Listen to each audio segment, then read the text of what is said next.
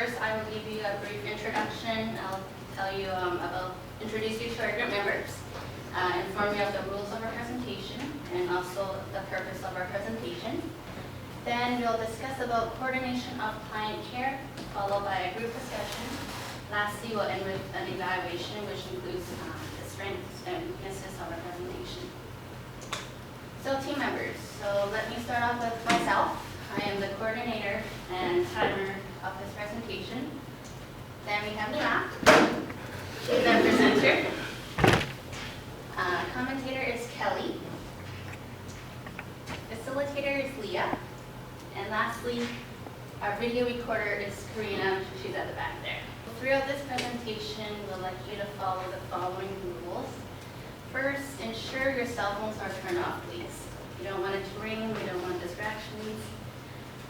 Please respect speakers and classmates. Especially when they're speaking, please provide them with your full attention. Maintain privacy and confidentiality. This one is really important when you're doing your group discussions. And save all questions to the end of our presentation. We do have time allocated for that. Lastly, please participate and contribute to the group discussion. Objectives. So by the end of the presentation, we'd like everyone to be able to define the term interprofessional collaboration, be able to discuss the association between coordination of client care and client's health outcome, and lastly, be able to state some strategies that can promote effective interprofessional collaboration. So without further ado, I will direct your attention to Mila, who will discuss about coordination of client care for the next 15 minutes. Thank you, Jody, for that warm welcome.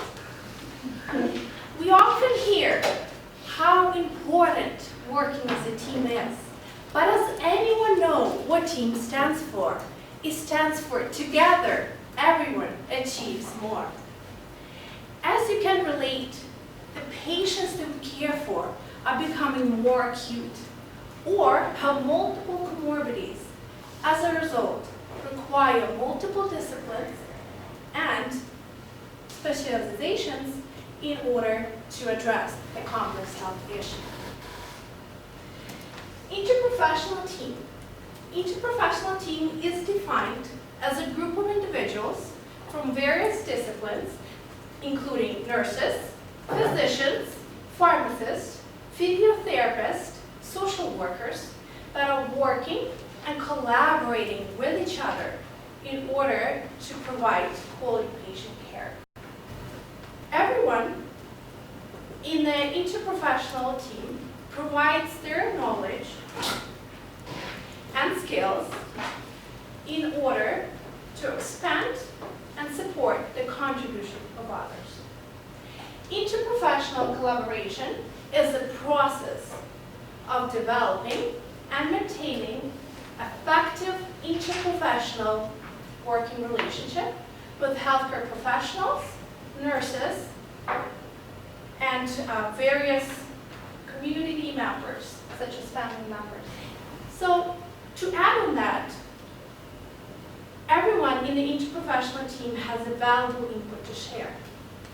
And so it's essential to include various disciplines in order to ensure a fast course of treatment for the patient. Now that I've defined for you what is interprofessional collaboration, here's the case scenario. Let's imagine Mr. X is a 72-year-old male who was transferred from emergency to your ward. He is diagnosed with intracerebral hemorrhage after experiencing a fall at home. Upon further assessment, you learn that the patient has not been eating well. And during his hospital stay, he only consumes 40 to 50% of his meal trays.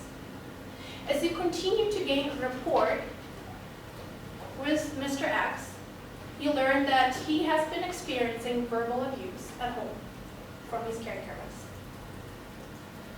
So in order to start a discharge plan for this patient, we need to include nurses, physicians, physiotherapists in order to assess mobility aids. For example, does Mr. X require a walker or cane?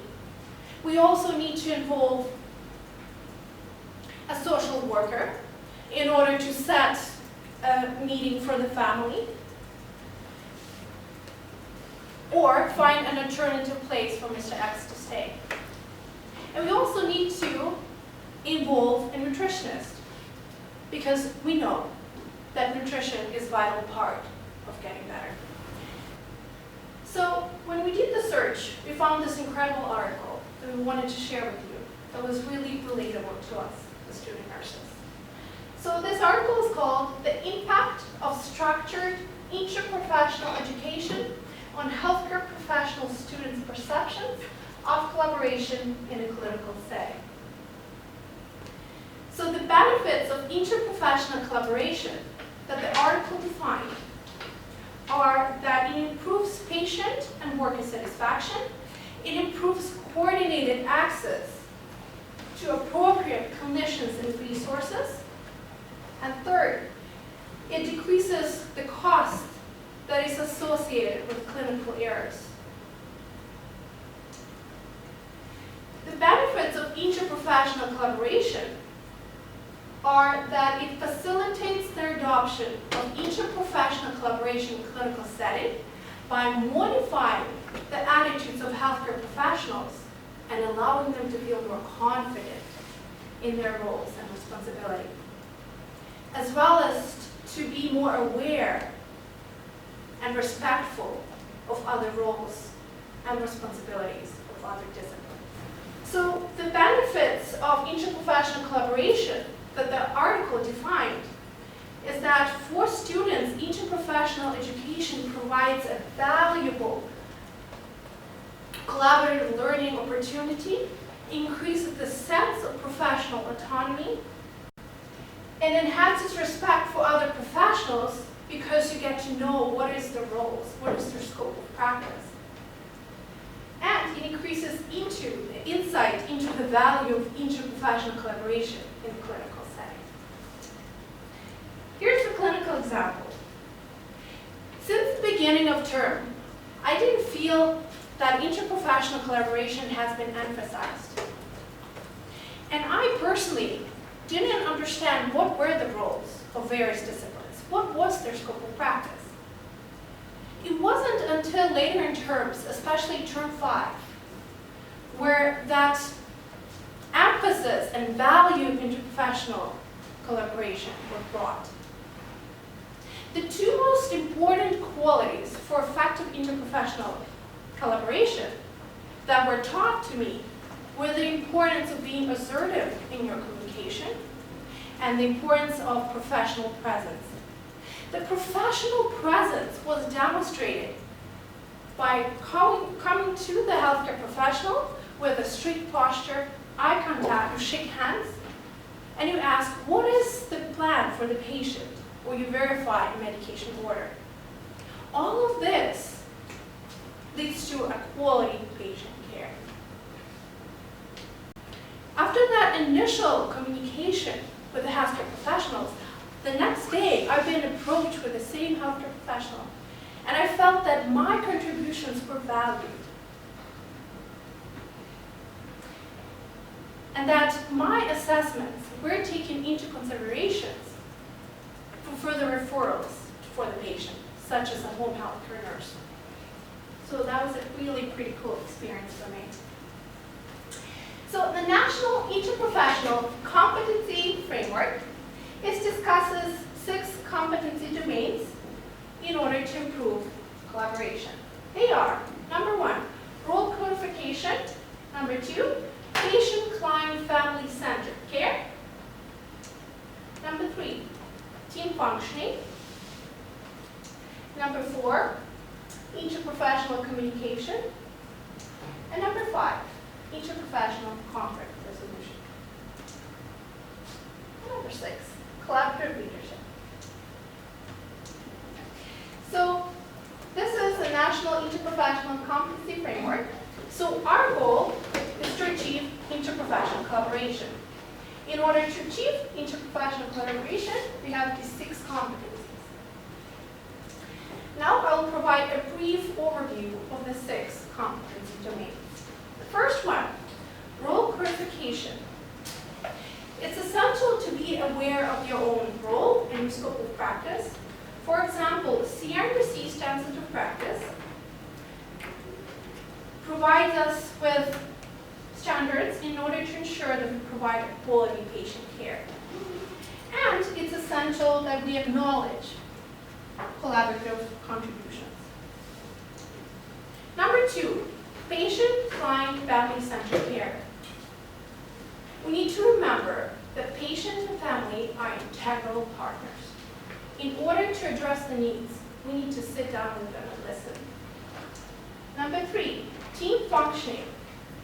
It's most important that we develop a set of principles for working together that respects the ethical values of members. Number 4, interprofessional communication. It's important to insist on open and transparent communication.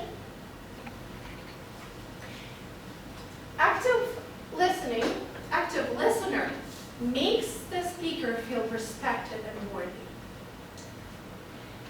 Interprofessional conflict resolution, it's very important to set a safe environment in which allows for sharing of diverse opinions. And last but not least, collaborative leadership. It's essential to work together with the patient, the family, communities, and various disciplines in order to provide a quality patient care. To summarize, in this 15 minutes, 3 main points were discussed. First, what is interprofessional collaboration and who is involved? Second, discuss the impact of effective collaboration on patient outcomes. And third, discuss the strategies for effective interprofessional collaboration. Thank you. So we're going to make this a more interactive discussion for everybody. So I'm going to break the class into 3 groups. I'll be handing out some posters and some pens, and we'll brainstorm some ideas within your groups. And then we will come together as a class and discuss your ideas.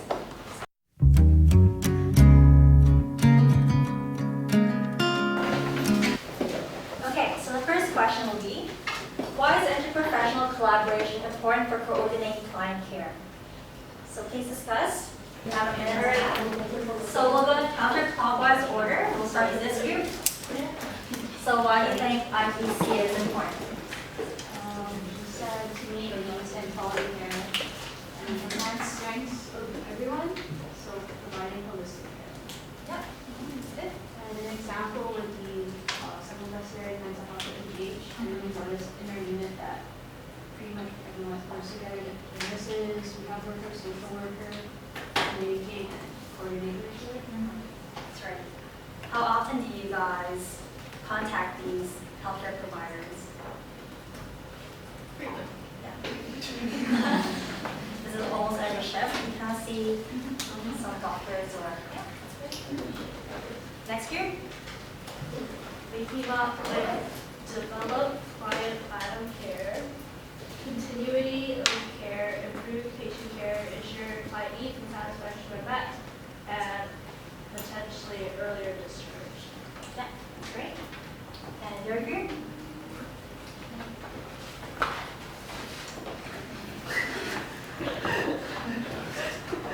Okay, so interprofessional, different healthcare providers have a different expertise and specialized body of knowledge. This increases efficiency and promotes continuity of care and quality of care for our patients, and it also improves our work satisfaction. Second question. What are some limitations to effective coordination on your unit? Provide some examples. And you have another minute and a half to bring this back. Alright, so we'll start with the other group first, behind you guys.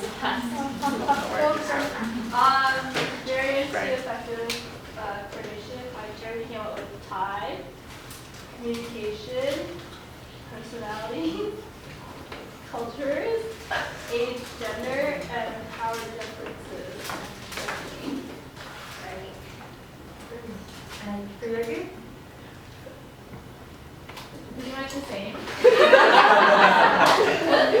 Wave, personality, moves, time constraints, like the content, and then mine also mentioned an important thing, like sometimes a video or OT is only there for a certain amount of time. So kind of time management. Can your group elaborate a little bit more on personality conflicts and what you see on the unit in terms of clashing heads and non-therapeutic communication?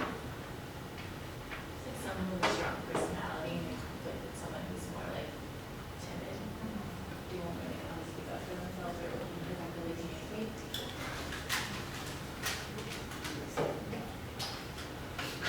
Also the same thing. Personality, no understanding.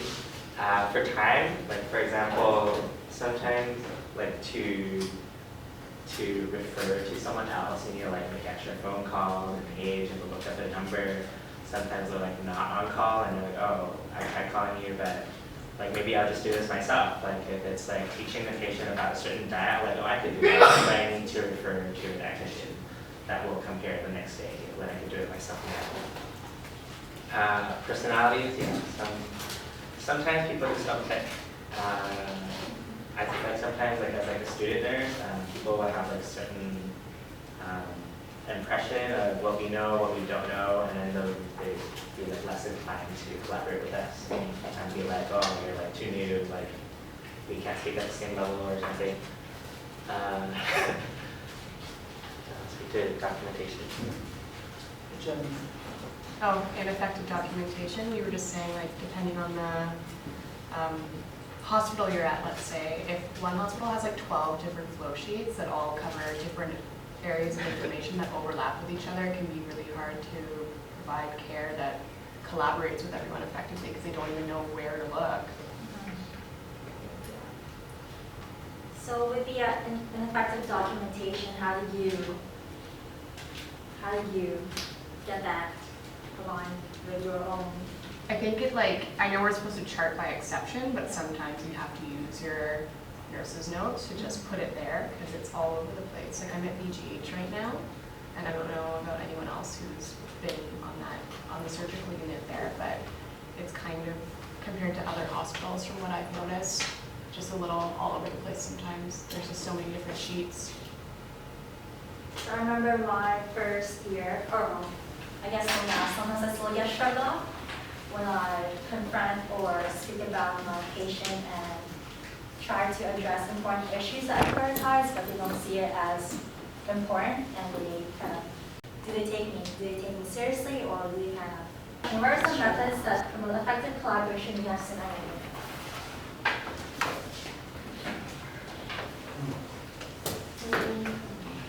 So think of ways your unit has implemented changes to improve communication and delivering important assessments for the whole team to do. Okay, so we'll start, and this group. Ready? Just throw it out. In the PICU, they do rounds, like interdisciplinary rounds, so every morning, everyone, like a giant group, will go from bed to bed and just go through what the plan is. Yeah.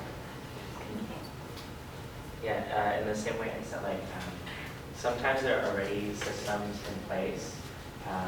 Like for example, REMS would be like a system that's already in place. But like on some wards, like there is already a protocol that involves all the team members. Like a certain part of the care plan, you know that the nutritionist is looking at this aspect already, pharmacist is following up the medication. So you know they're already all collaborating, and so you're all on the same page. Sure. Marcus group? We also have rounds, and at BGH they have safety huddles. So I thought that would promote effective collaboration. And I feel like on my board, Janice and Chinese there as well, we feel like everyone there are open to teamwork. Everyone are very supportive of one another. I'm not sure how they come to that, but I guess just being supportive of one another is like what you give is what you get kind of thing. So it's a team environment. It's like a team environment, exactly. So that's really good. And on our unit, they start doing they kind of leave like a binder where you can write notes to the doctors, like important matters that needs to be addressed before 10:30, because we find that when we put our concerns onto the pink sheets on the chart itself, a lot of the time the doctors don't really look at it, or they miss it, or it takes them longer to kind of address the issue. So having something like that there, we just implemented maybe like 2 weeks ago, and I guess it's been going really well. So that's something that's that can promote collaborative teamwork. And I feel like at the end of the day, we just have to remember that we're there for the patient. We want the best care for the patients, and not to take things personally when, you know what I mean? So just know why you're there and why you're doing what you're doing. That's also important too. Thank you. And your group?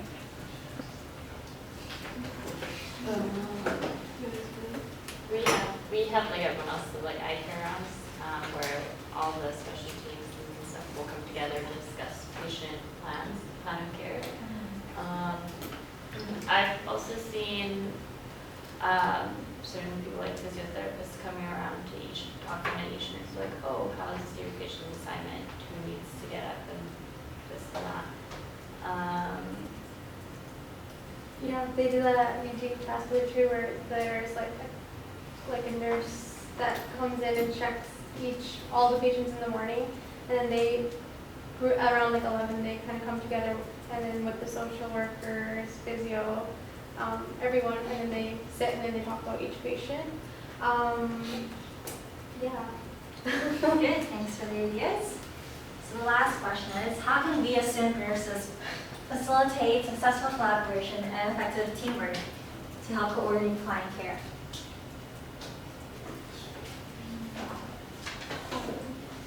So what have you done or participated in that kind of helped contribute to the client care and provide safer outcomes or better quality?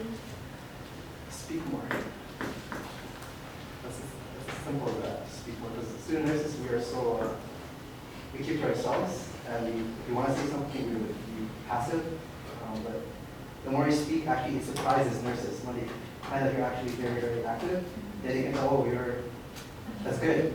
Because most nurses, they expect every student to be quiet and everything, right? Too respectful to begin with. That's good one. Anyone else? Yes? Well, like Mila said, in term 5 is where I experienced most of interprofessional collaboration, especially as a student. It was something our instructor really encouraged, is just going up to like physicians and any kind of person, be like, introduce yourself right off the bat, shake their hand, maintain eye contact, and just say you're a student and ask them what their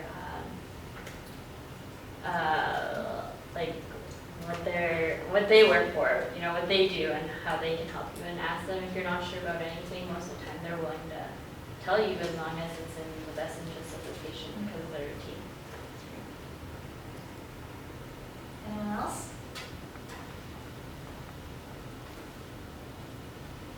Well, yeah, I think that's a pretty good point. I think to just introduce our roles and to explain what we're there for and the patient we're caring for and why we want to talk to them.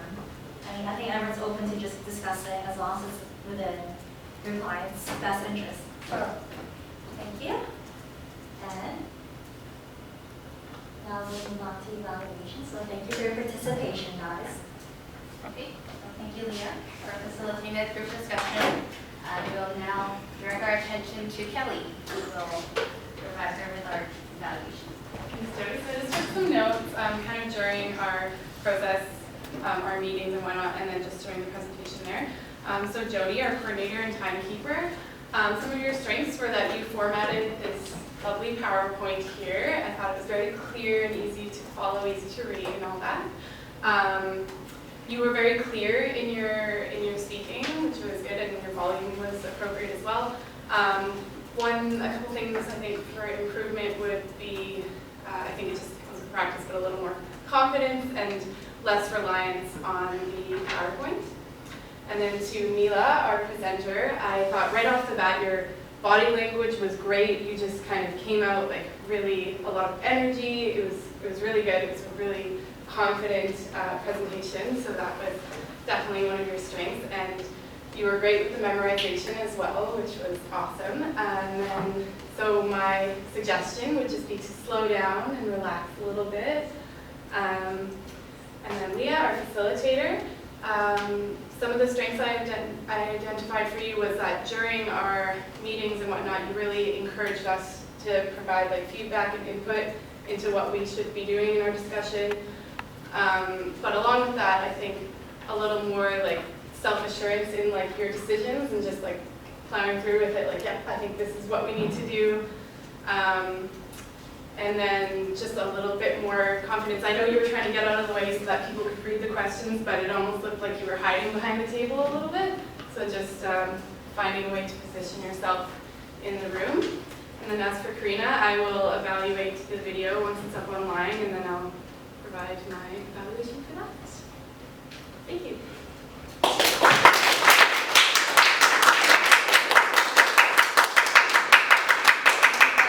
Evaluation, and thank you everyone for listening and participating, and that sums up our presentation.